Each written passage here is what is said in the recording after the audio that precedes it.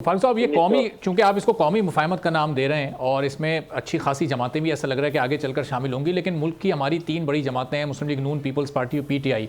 तो दो बड़ी जमातें तो इस इत्तेहाद का पार्ट है ही नहीं है, जो मुफाहमत हो रही है इसका, इस अमल का हिस्सा है ही नहीं। इन जमातों को आपने दावत नहीं दी, या नज़रियाती इख्तलाफ है, या साथ मिलाकर इनको चलने का इरादा नहीं है?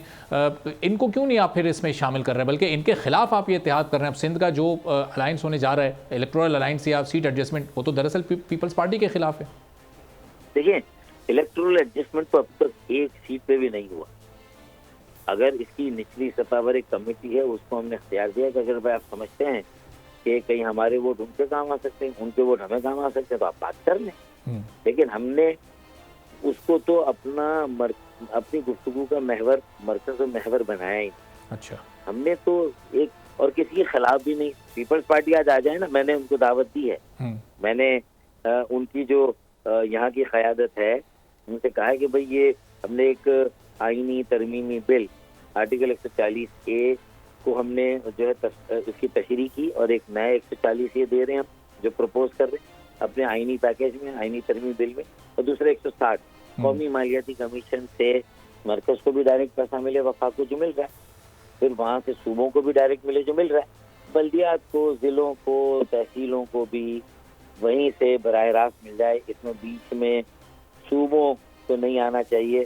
जो हमारी आबादी और जो क्राइटेरिया है नेशनल फाइनेंस कमीशन में वसाइल की तकसीम का, उसी के मुताबिक शहरों को भी मिल जाए, जो शहरों का हिस्सा होना चाहिए, जो सूबों के हिस्से से मिलना चाहिए।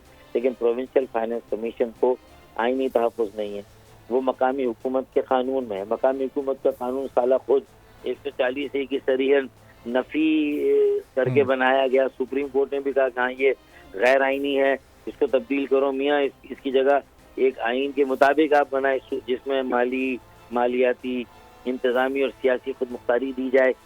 लेकिन नहीं दी, पीपल्स पार्टी ने यहाँ नहीं दी, पंजाब में पंजाब की हुकूमत ने नहीं दी, और बलूचिस्तान में भी हाँ KPK में थोड़ा बेहतर मॉडल आया।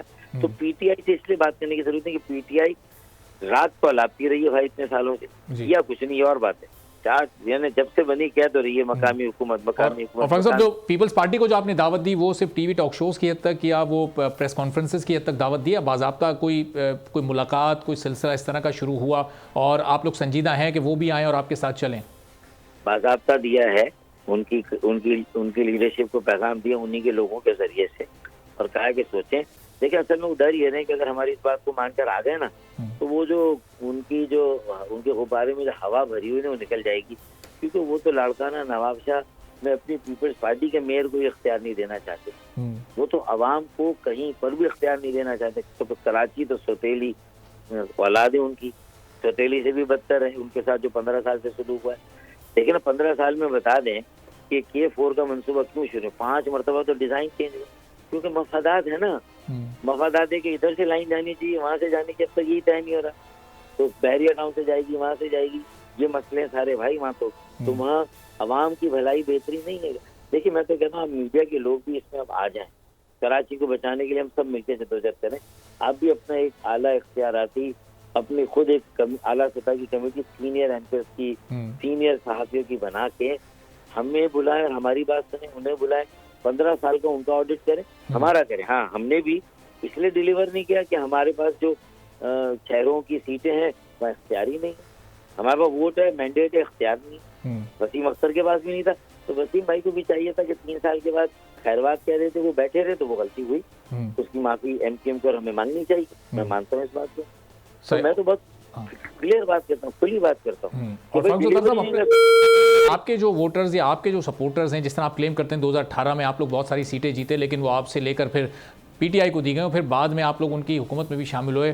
अब उस अपने वोटर को, एक तो आपका वो जेन्युइन वोटर है जो आपको वोट कर रहा है, और एक वो वोटर है जो कि आपकी तरफ से अब शिफ्ट हो चुका है पीटीआई को, उसको आप कैसे एग्री करेंगे कि आप मुस्लिम लीग नून के साथ बैठने जा रहे हैं, या पीपल्स पार्टी को भी दावत दे रहे हैं कि आए हमारे साथ बैठें और वसी तर मफाद में साथ चलें? उसके माइंड को आप कैसे क्लियर करेंगे कि कल जिन लोगों के खिलाफ सियासत हो रही थी, आज उन्हीं को साथ लेकर चलने की बात हो रही है? आप मुझे बताएं, मेरे पास कोई चॉइस है, मीडिया के पास कोई चॉइस है? आप क्यों, अगर पीपल्स पार्टी को, जैसा कि मैंने पेश किया कि उन्होंने जुल्म किया, नाइंसाफी की, लोगों को बुनियादी हुकूक से महरूम रखा, 30,000 अरब रुपए का बजट 15 सालों में मिला, तो भाई कराची में नहीं लगा, हैदराबाद में नहीं लगा, सक्कर मीरपुर खास में नहीं लगा, यार नवाब शाह लाड़काना में तो लग जाता है, जैकोबाबाद कश्मीर में तो कुछ नजर आ जाता ना भाई। ये 30,000 अरब का बजट, तो अब तो ये जो खून का सौदा हो रहा है ना जुल्फ़िकार अली भुट्टो शहीद बेनज़ीर का, अब तो अंदरून सिंध में उनका ऑडिट मेरे सिंधी बोलने वाले भाई बहन बेटे बेटियां करेंगे इंशाल्लाह। लेकिन जो आप बात कह रहे हैं, मेरे पास चॉइस होगी ना, दही सिंध से कोई और क़यादत आएगी, कोई और जमात आएगी, वहाँ के नौजवान एक नया सियासी अमल बनाएंगे, जिस तरह 1978 में MKM APMSO से बनी और कायम हुई, तो इंशाल्लाह वहाँ पर भी एक अच्छी मुतबादिल क़यादत आएगी तो उनसे बात करेंगे। लेकिन अगर अवाम के पास कोई चॉइस नहीं है, अवाम भी मजबूर है, उसी पार्टी को वोट दे रहे हैं, तो भाई मैं और आप क्या करेंगे? आप भी बिलावल भुट्टो की प्रेस कॉन्फ्रेंस देंगे, आसिफ जरदारी का बयान देंगे, आप भी तो दे रहे हैं ना भाई। तो इसका मतलब है कि मैं और आप दोनों मजबूर हैं।